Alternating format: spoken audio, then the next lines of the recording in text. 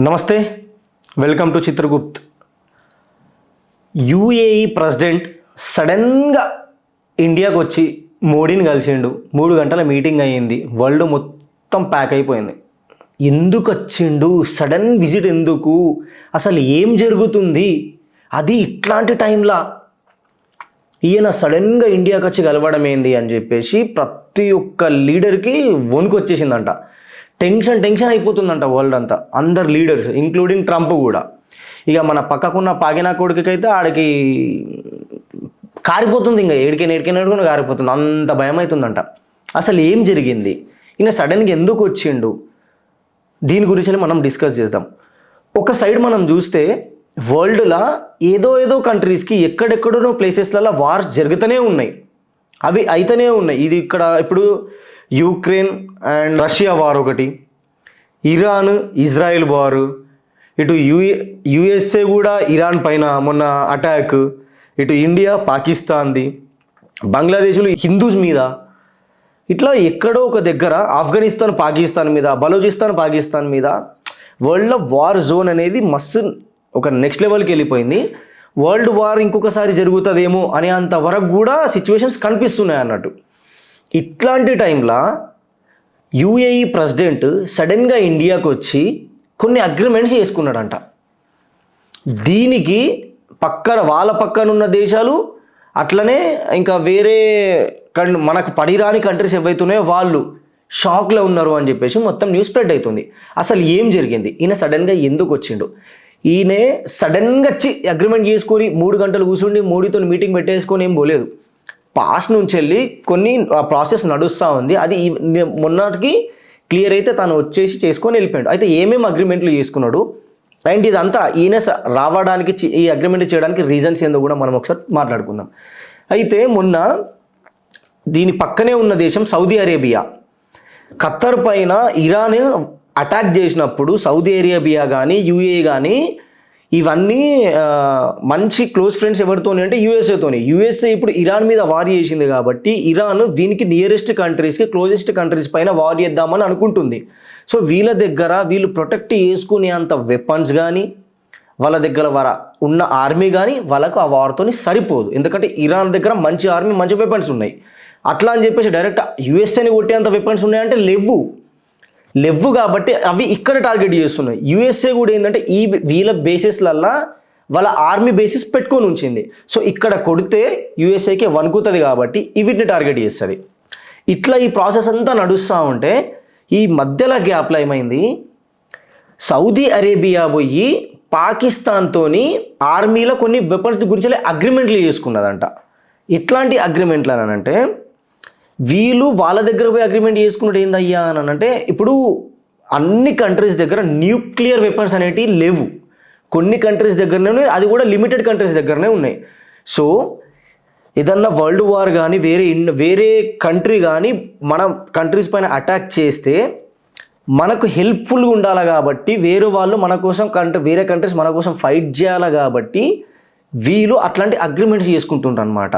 అట్లనే Saudi Arabia Pakistan దగ్గర nuclear weapon ఉంది, అట్లనే వాళ్ళ ఆర్మీ ఎవరి కోసమైనా పనిచేస్తుంది, పైసలు పడేస్తే చాలు అనే కాన్సెప్ట్లో పోయి వాళ్ళతోని అగ్రిమెంట్ చేయించుకుంది. ఏమని, ఇన్ కేస్ మా పైన ఇరాన్ ఒకవేళ అటాక్ చేస్తే మీ న్యూక్లియర్ వెపన్స్తో పాటు మీ ఆర్మీని కూడా మా కోసం ఫైట్ చేసేటట్టు పంపాలి అనే అగ్రిమెంట్ చేసుకున్నది. అదేంది, ఇండియా దగ్గర కూడా న్యూక్లియర్ వెపన్స్ ఉన్నాయి, పాకిస్తాన్ కన్నా అడ్వాన్స్డ్ వెపన్స్ ఇండియా దగ్గర ఉన్నాయి. ఇక్కడ వీళ్ళతో కదా అగ్రిమెంట్ చేసుకోవాలంటే ఇండియా అవతలళ్ళు పైసలు వేసే బిచ్చప్ కోసం మాత్రం ఎప్పుడూ చూడది. ఇండియా తన న్యూక్లియర్ వెపన్స్ని కానీ తన ఆర్మీని కానీ ఇండియా కోసం ఫైట్ చేయడానికి పెడుతుంది కానీ అవతలలకు తాకట్టు పెట్టదు అనే విషయాలు వాళ్ళందరికీ క్లారిటీగా ఉన్నాయి. కాబట్టి ఈ పాకినా కొడుకులకు కొన్ని పైసలు పడేస్తే అడుక్క తినే దేశం ఎట్లాగో కాబట్టి అది పనిచేస్తుంది వీళ్ళ కోసం అని చెప్పేసి వాళ్ళు అగ్రిమెంట్లు చేసుకున్నారు. కానీ ఇక్కడ స్టంట్ ఏమైందనంటే అగ్రిమెంట్లు అన్నీ చేసుకున్న తర్వాత వీళ్ళకు తెలిసిన విషయాలు ఏందనంటే చీని అమ్మ వీళ్ళతో అగ్రిమెంట్ చేసుకునే బదుల నేను కూడా ఈ యుఏఈ ప్రెసిడెంట్ పోయినట్టు వాళ్ళ దగ్గరికి వెళ్ళి వాళ్ళ దగ్గర వెపన్స్ కొనుక్కుంటేనే మంచిగా ఉంటుండేనేమో అని అనిపించిందంట వాళ్ళకి.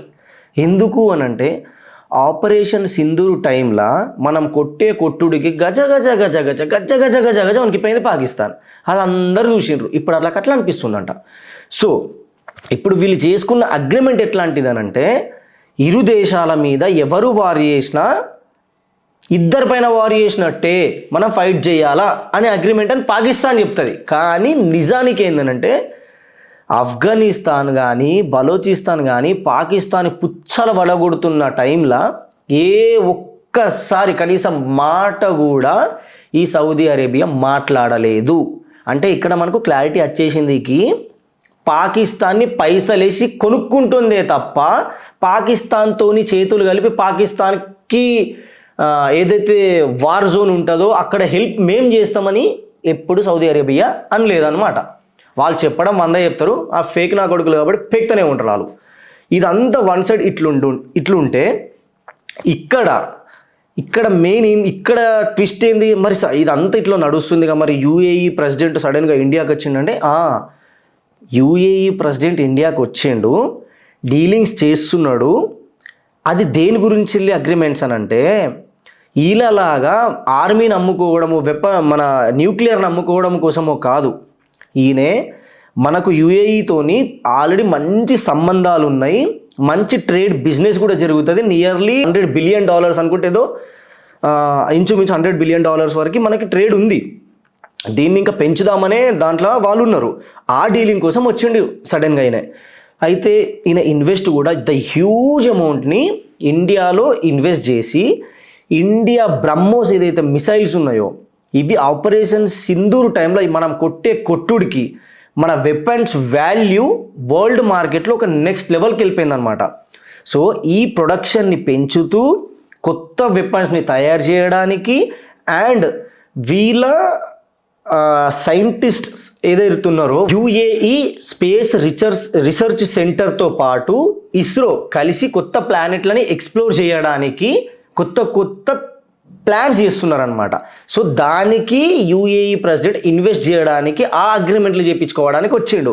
At the same time India మనం లాస్ట్ టైం సింధూర్లో చేసిన వార్ వల్ల మన వెపన్స్ వాల్యూ బాగా మార్కెట్లో పెరిగిపోవడంతో ఈయన ఇన్వెస్ట్ మన వెపన్ పెరగడము ఇవన్నీ ఒక బూస్ట్ అయ్యి ఇద్దరు మార్కెట్ని పెంచుతుంది.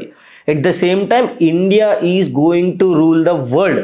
ఎందుకు అని అంటే highest weapon seller in the market ఇప్పుడు ఇండియాదే నడిచేటట్టు కనిపిస్తుంది. మనం కొట్టే కొట్టుడికి మన బ్రహ్మోస్ వాల్యూ పెరగడం వల్ల మార్కెట్లో మన బ్రహ్మోస్ సేల్ కూడా పెరుగుతున్నది. సో మన ప్రొడక్టివిటీ ఇక్కడ పెంచితే మన సేల్ పెరుగుతుంది. మన సేల్ పెరిగినప్పుడు మన జీడిపి పెరుగుతుంది అండ్ మన బిజినెస్ పెరుగుతుంది, మన ఇన్కమ్ పెరుగుతుంది. ఇట్లా మనోళ్ళు ప్లాన్ చేసుకుంటా ఉన్నారు. దీనికి ఈయన రావడంకి వరల్డ్ అంతా ఏదేదో అయిపోయింది, ఏదేదో జరిగింది అని వాడు గజ గజ గజ వణికిపోయింది అనమాట.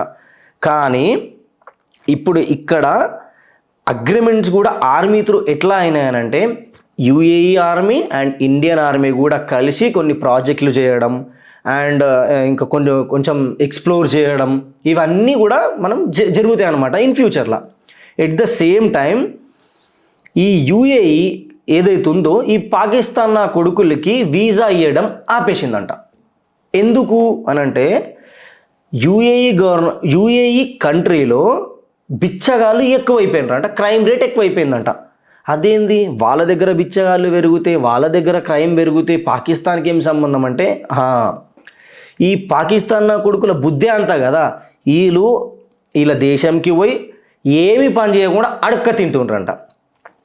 వీళ్ళకు ఎంతసేపు ఏ దేశంలో పోయి ఖాళీగా బతకాలా, అలా మీద పడి బతికాలా, అడుక్క తినాలా తప్పిస్తే ఇజ్జత్తోని బతకాలా, నీతి న్యాయంగా నిజాయితీగా బతకాలా అనే కాన్సెప్ట్ అనేది ఇలా మైండ్లో ఎప్పుడూ ఉండదు. ఎందుకంటే వాళ్ళు ఉండడే అట్లుంటుంది వాళ్ళది. సో వాళ్ళకి అది అంతే, ఇంకా వాళ్ళ కంట్రీ అంతా. వాళ్ళు మా కంట్రీకి వచ్చి మా కంట్రీలో ఇంత గలీజ్ అవుతుంది కాబట్టి ఈ కొడుకులకు మేము రానియము అని చెప్పి క్లియర్ చేసేసిందంట. ఇది ఇంతకుముందు కూడా ఏం జరిగింది, ట్రంప్ ఏదైతే 70 కంట్రీస్ని బ్యాన్ చేసిండో వాళ్ళ దేశంకి రాకుండా, దాంట్లో కూడా ఈ బంగ్లాదేశీలు పాకిస్తాన్లే ఉన్నారు, వీళ్ళు బ్యాన్ చేసిన దాంట్లో కూడా పాకిస్తాన్ వాళ్ళు ఉన్నారు. ఇన్ ఫ్యూచర్లో బ్యాన్ చేసే కంట్రీలలో కూడా పాకిస్తాన్ ఉంటుంది. ఎందుకు అనంటే వీళ్ళ నుంచెళ్ళి పడి బొర్లి తినుడు తప్పిస్తే, అడుక్క తినుడు తప్పిస్తే, బిచ్చమడుగుడు తప్పించి క్రైమ్ చేయడం తప్పిస్తే ఇంకా వేరే పనులతో చేత కాదు. ఇట్లాంటి వాళ్ళకి ఎంత దూరం ఉంటే అంత మంచిది అని చెప్పి అందరికీ అర్థమవుతుంది. అదే రయ్యా ఇండియా ఎప్పటి నుంచో చెప్తున్నది, ఈయన కొడుకులు ఇసుంటారు రాబాయ్ అని చెప్పి ఇప్పుడు అందరికీ తెలిసిపోతుంది. ఇంకొకటి, వీళ్ళ అగ్రిమెంట్ల యూఏఈ అగ్రిమెంట్ కూడా ఏం చేసుకుందంటే we're not going to tolerate the terrorism అని చెప్పి చెప్పింది. టెర్రరిజంని ఎట్లా ఆపాలా అండ్ టెర్రరిస్ట్లని ఎట్లా ఖతం చేయాలా అనే పాయింట్ ఆఫ్ వ్యూలో కూడా వీళ్ళ అగ్రిమెంట్స్ అయినాయి అనమాట. సో ఈ అగ్రిమెంట్లు కాగానే ఫస్ట్ వణికింది ఎవరికి? మీ గెస్ కరెక్టే, కామెంట్ చేయండి. పాకినా కొడుకులకి. ఈ పాకిస్తాన్ గానికి ఎందుకు వణికింది? టెర్రరిజం పెంచుతుంది, వాళ్ళు పుట్టింది ఆడ, ఉంటుంది ఆడ కదా, అందుకోసమే వాళ్ళకు పడిపోతుంది అనమాట. ఇప్పుడు ఇన్ కేస్ టెర్రరిస్టులు ఇక్కడ నుంచి ఉన్నారు, వీళ్ళు ఏదైనా అటాక్లు చేస్తే యూఏఈ అండ్ ఇండియా కలిసి పుచ్చల వల్ల కొడతాయి. అలా ఆ భయం కూడా ఈ పాకిస్తాన్కు పట్టుకున్నది. పోనీ ఈ సౌదీ అరేబియా వీళ్ళ దగ్గర వెపన్స్ న్యూక్లియర్ వెపన్స్ కోసం వాళ్ళతో డీల్ చేసుకున్నది. ఎంత చిల్లర వీళ్ళనంటే అలా న్యూక్లియర్ వెపన్ని మెయింటైన్ చేయడానికి కూడా వాళ్ళ దగ్గర పైసలు లేవు. అవి కూడా అమెరికా బిచ్చం వేస్తే వాళ్ళ దగ్గర ఆ వెపన్ని మెయింటైన్ చేస్తున్నారు అనమాట. సో ఇట్లాంటి కంట్రీతో మేము ఎందుకు డీల్ పెట్టుకున్నాం రా అని సిగ్గుతో తల ఉంచుకుంటున్నారట వాళ్ళే. అంత గలీజ్ బతుకు పాకిస్తాన్ది. సో ఇప్పుడు ఈ మొత్తంలో ఏందనంటే ఈ పాకిస్తాన్తో ఎవడు డీల్ పెట్టుకున్నా ఆడి బతుకు బస్టాండే. మళ్ళా ఎవడైతే ఇండియాతోని వార్ పెట్టుకుందాం అనుకుంటుండో ఆనికి పుచ్చల వాళ్ళు కూడా గ్యారంటీ. ఇది మాత్రం ఫుల్ క్లారిటీ వచ్చేసింది. సడన్గా ఈయన రావడం, ఇది అవ్వడం అనేది కూడా అది నెక్స్ట్ లెవెల్ ట్విస్ట్ అన్నట్టే పోయింది. ఇట్లాంటి వీడియోస్ మనం ఇంకా డిస్కస్ చేద్దాము. అండ్ మీకు ఏదన్నా ఇంకా దేని గురించి ఛానల్లో మాట్లాడాలి మేము అనుకుంటే మీరు కింద కామెంట్ చేయండి. ఏదైనా ఇష్యూస్ ఉన్నా కూడా మీరు కామెంట్ చేయండి, దాని గురించి మేము కంపల్సరీ మాట్లాడతాము. ఇంకోటి ఏంటంటే మన ఛానల్ని ఎవరైతే చూస్తున్నారో సబ్స్క్రైబ్ చేసుకుంటలేరు వ్యూవర్స్, ఎవరైతే చేసుకోలేదో ప్లీజ్ దయచేసి మన ఛానల్ని సబ్స్క్రైబ్ చేయండి, వీడియోని లైక్, షేర్, కామెంట్ కూడా చేయండి. వ్యూవర్షిప్ అనేది ఎంత తగ్గుతుందో మాకంతా, మేము ఇంత కష్టపడ్డా కూడా ఎందుకు వ్యూస్ వస్తలేవు అనే ఒక ఫీల్తో ఉంటాం కదా. సో మీరు లైక్, షేర్ చేస్తే మాకు వ్యూస్ కూడా పెరుగుతాయి, దాంతో మాకు కొంచెం ఎనర్జీ బూస్ట్ అవుతుంది. అప్పుడు మేము ఇంకా మంచి కంటెంట్ ఇవ్వడానికి కూడా మాకు చాయిస్ ఉంటుంది. సో ఈ కంటెంట్ మీకు ఎట్లా అనిపించింది అనేది కూడా కింద కామెంట్లో పెట్టండి. ఈ పాకిస్తాన్ నా కొడుకులకి బరాబర్ శిక్ష అవుతుంది ఇన్ ఫ్యూచర్లో. వరల్డ్ మ్యాప్లో పాకిస్తాన్ లేకుండా కావాలనేది నేను అనుకుంటున్నాను. మరి మీరేమనుకుంటున్నారు అనేది కూడా కింద కామెంట్ చేయండి. జై హింద్, జై భారత్.